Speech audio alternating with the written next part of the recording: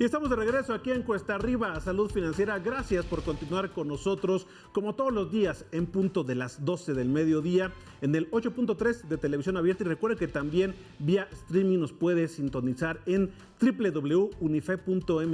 Ahí le da en la sección de streaming y también con todos nuestros contenidos de economías, finanzas y negocios a las 12 del mediodía. Y bueno, vamos a abordar un tema, uno de los temas más sensibles, más importantes sobre la educación, las cuestiones sociales que enfrentan los niños. Y es que hace algunos días el Consejo Coordinador Empresarial, a través de su Comité de Educación, llevó a cabo un taller denominado Emergencia Educativa, donde estamos después de la pandemia y los retos a los que los niños se enfrentan. Bueno, pues en este taller hubo varios especialistas, expertos en los temas que se refirieron a ello, y por eso agradezco la comunicación con Teresa Gutiérrez. Ella es coordinadora de proyectos especiales de Mexicanos Primero, quien habló precisamente en este taller. Teresa, ¿cómo estás? Muy buenas tardes, gracias por la comunicación. Carlos, muchas gracias por la invitación. A nombre de Mexicanos Primero te agradecemos este espacio. Gracias, gracias. Bueno, y es que viendo lo que se abordó en este taller, bueno, sin duda es importante porque además, en esencia, lo que se mencionó, bueno, que la niñez pues es fundamental en temas económicos y temas sociales, pero también vieron algunos lineamientos en donde, digamos, son más vulnerables y donde se deben abordar más las problemáticas, que fueron 5 ejes, de los cuales, bueno, quiero que nos platiques, Teresa, porque sin duda es el futuro de nuestro país, ¿no? Efectivamente, pues mira, te platico que en Mexicanos Primero estamos abocados a defender el derecho de los niños y niñas no solamente a acudir a la escuela, sino a estar en la escuela, aprender en la escuela y participar activamente de sus procesos de aprendizaje. Entonces hablamos precisamente de dónde estamos encontrando estas deficiencias en el estar, que pues a veces pensamos que está totalmente cubierto en nuestro país, que tenemos cubierta totalmente la demanda en todos los niveles educativos, pero no necesariamente es así. Estamos también muy enfocados en el aprender, y esto es que todos los niños cuenten con los aprendizajes fundamentales, y en el participar, que es en impulsar que los niños sean parte activa de los procesos que ocurren en la escuela. Entonces, de esto estuvimos platicando con mamás blogueras, gracias a la invitación de la Comisión de Educación del Congreso Coordinador Empresarial, como tú mencionabas. Cuando se enfocan a los lineamientos, que además son los ejes transversales que señalaron, Teresa, a mí me llama la atención, por ejemplo, que abordan la cuestión de la alimentación, situación económica, la seguridad, la salud y también la educación. Por ejemplo, en el caso de la alimentación, señalan que en México 1 de cada 8 niñas y niños menores de 5 años presentan tallas bajas, es decir, más bajo del promedio. ¿Cómo repercute esto en todos los demás rubros? Por ejemplo, en la educación, es decir, un niño que no tiene una nutrición adecuada, ¿cómo puede impactar? Y en el efecto social que tenemos como país. Fíjate que hay estudios que demuestran que cuando hay una deficiencia alimentaria en los primeros meses y en los primeros años, esta talla ya jamás se recupera. Entonces, efectivamente afecta tanto en las cuestiones de crecimiento como en las cuestiones de aprendizaje. Un niño que acude a la escuela sin haber recibido los alimentos apropiados, pues difícilmente podrá concentrarse en su proceso de aprendizaje, y es complicado que podamos esperar que, que, que participe de manera activa en las situaciones escolares. Ahora, ¿qué tanto el entorno económico abona? Porque también se enfocan a lo que enfrentan en cuanto a la situación económica y el desarrollo que los niños tienen en nuestra economía. ¿Qué tanto, por ejemplo, porque además la seguridad es otro aspecto que se toca, qué tanto el país como está, como se encuentra en este momento, sirve para que los niños tengan mejor acceso, por ejemplo, a la alimentación y también una educación de calidad? ¿Qué tanto el entorno económico nacional ayuda o abona para esto? Fíjate que en nuestro país teníamos hasta hace algunos años un programa que se llamaba Escuelas de Tiempo Completo, en el que a los niños se les brindaba en las escuelas no solamente una jornada extendida, sino que también se les se les proporcionaba un alimento nutritivo mientras estaban en el aula. Lamentablemente, este fue uno de los programas que fueron cancelados porque las prioridades de la administración cambió. Entonces, bueno, pues hemos visto que una gran cantidad de niños quedaron desatendidos en este aspecto.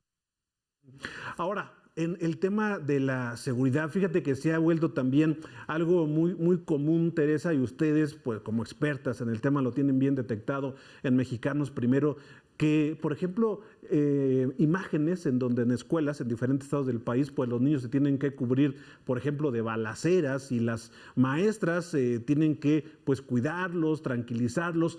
Esto, obviamente, es un problema que se enfrenta en nuestro país, específicamente el tema de la seguridad, porque los niños tampoco, pues creo que pierden un poco de libertad, ¿no? En cuanto a salir a las calles, en cuanto a conocer diferentes lugares. ¿Por qué? Bueno, porque el panorama en cuanto a seguridad se tiene detectado que pues no es el mejor, ¿no?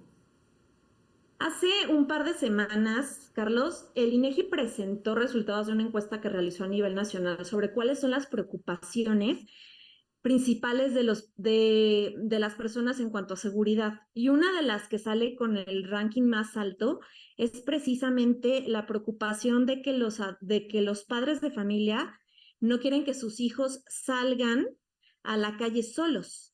Están mucho más preocupados porque sus hijos salgan a la calle solos que por el tipo de educación que están recibiendo en sus escuelas. Entonces, con esto nos damos cuenta de cómo es esa percepción de inseguridad que tienen los padres y las madres de familia respecto a lo que está pasando en nuestra sociedad. Y eso, pues, efectivamente repercute, como tú dices, también en los climas escolares. Ayer veíamos en las noticias que en las últimas 2 semanas ha habido asesinatos afuera de escuelas en Sinaloa. Hace no mucho tuvimos este caso que fue acá en el Estado de México, en el que una maestra fue agredida. Estamos viendo cada vez más este tipo de explosiones que se están pegando mucho a los ambientes escolares. Entonces, bueno, por supuesto que repercuten porque pues la seguridad para mandar a tu hijo a la escuela ya no es la misma. Y esto, la afectación en su asistencia a las escuelas, pues también tiene un efecto sobre el aprendizaje. Ahora, también es de la inseguridad en el entorno que se vive pues en diferentes entidades. En general en el país, bueno, la inseguridad no es buena. Pero también en este taller al cual yo hacía referencia, en donde participó Mexicanos Primero, también mencionaban sobre la violencia familiar. Es decir, ya no pensando en lo que enfrentan los niños fuera de casa, en las calles, sino también dentro del hogar. Y también son datos alarmantes. Es decir, también el clima es adverso tanto fuera de los hogares, pero también dentro se detecta mucha violencia familiar, Teresa. Pues creo que mencionabas al inicio esta cuestión de la pandemia. La pandemia no nos eliminó la violencia, sino que la cambió a lo mejor de escenario y entonces empezamos a vivir muchos más episodios de violencia dentro de nuestros hogares. Pero esto es un reflejo únicamente de lo que estamos viviendo como sociedad. Si tú vives en un ambiente violento, seguramente encontrarás las formas de replicarlo dentro de tu casa. Y pues necesitamos políticas públicas que se puedan enfocar hacia corregir esto, hacia atender, hacia orientar a los padres y madres de familia para que puedan sanear los ambientes y que los niños se puedan desarrollar en entornos mucho más sanos. En Mexicanos Primero siempre hay datos y análisis. Tú como coordinadora de proyectos especiales, hay muchos comparativos en cuanto a, o por lo menos como por ejemplo con la prueba PISA de cómo nos encontramos. Los mexicanos o los niños están en desventaja pensando en que somos pues un mundo globalizado y que ahora la competencia ya académica, laboral, pues no es solamente entre los connacionales, sino también con el mundo. Por eso somos una economía global. ¿Qué tanto los niños mexicanos están siendo vulnerables para entrar a la competencia en los nuevos mercados a futuro, dados estos problemas que están enfrentando en este momento en nuestro país? Mira, qué bueno que mencionas la prueba PISA, porque precisamente se retrasó un año por cuestiones de la pandemia, pero los resultados de la aplicación más reciente que se hizo en el 2022 van a estar disponibles en un par de meses. Y la prueba PISA pues no solamente evalúa aprendizajes, sino que también hace cuestionarios de contexto en los que se les pregunta mucho a los estudiantes sobre su sentir. Recordemos que la prueba PISA se le hace a estudiantes de 15 años, que son pues un grupo bastante vulnerable, que está pasando de la secundaria a la prepa, que es una etapa de adolescencia en la que muchas veces están encontrando su camino. Entonces, bueno, pues ahí va a detectar muchos de estos problemas y vamos a ver también cómo se agudizaron estas situaciones durante la pandemia. Seguramente vamos a tener muchas respuestas en este sentido. Y en cuanto a lo que nos pueden dar las comparaciones internacionales, también hace un par de semanas la OCDE publicó su estudio que se llama Education at a Glance, en el que encontramos muchos puntos en los que nos podemos comparar con otros países miembros de la organización. En este caso, pues son países europeos, como tú sabes, economías más desarrolladas, pero también encontramos comparaciones con países de Latinoamérica que son Colombia, Chile y Costa Rica. Y estamos encontrando muchas similitudes en lo que responden en estos países. Entonces, estamos esperando muy ansiosos en Mexicanos primero los resultados de la prueba PISA para saber no solamente cómo estamos en lectura, en matemáticas, sino también en este sentir de los jóvenes después de la pandemia, cómo se están adaptando a estos entornos. Y por lo pronto, bueno, pues este estudio que te digo que salió hace un par de semanas nos está dando mucha información sobre cómo se están integrando los jóvenes a la prueba, cómo se están integrando estos jóvenes, perdón, a la educación secundaria, sobre todo cómo se están integrando a los programas técnicos y encontramos datos sorprendentes como que en México es mucho más atractivo los programas de formación técnica en bachillerato para las mujeres que en otros países. Entonces, bueno, pues ahí nos estamos dando una idea de cómo está avanzando esto también en cuestiones de género.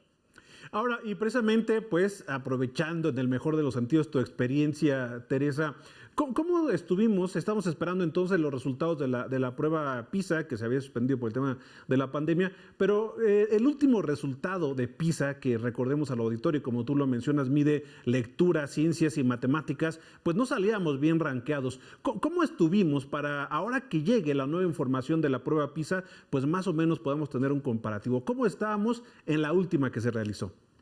Mira, la última que se realizó fue en el 2018 y ahí teníamos ya una pequeña debilidad porque veníamos de un proceso de reforma enorme que fue el proceso de la reforma constitucional del 2013.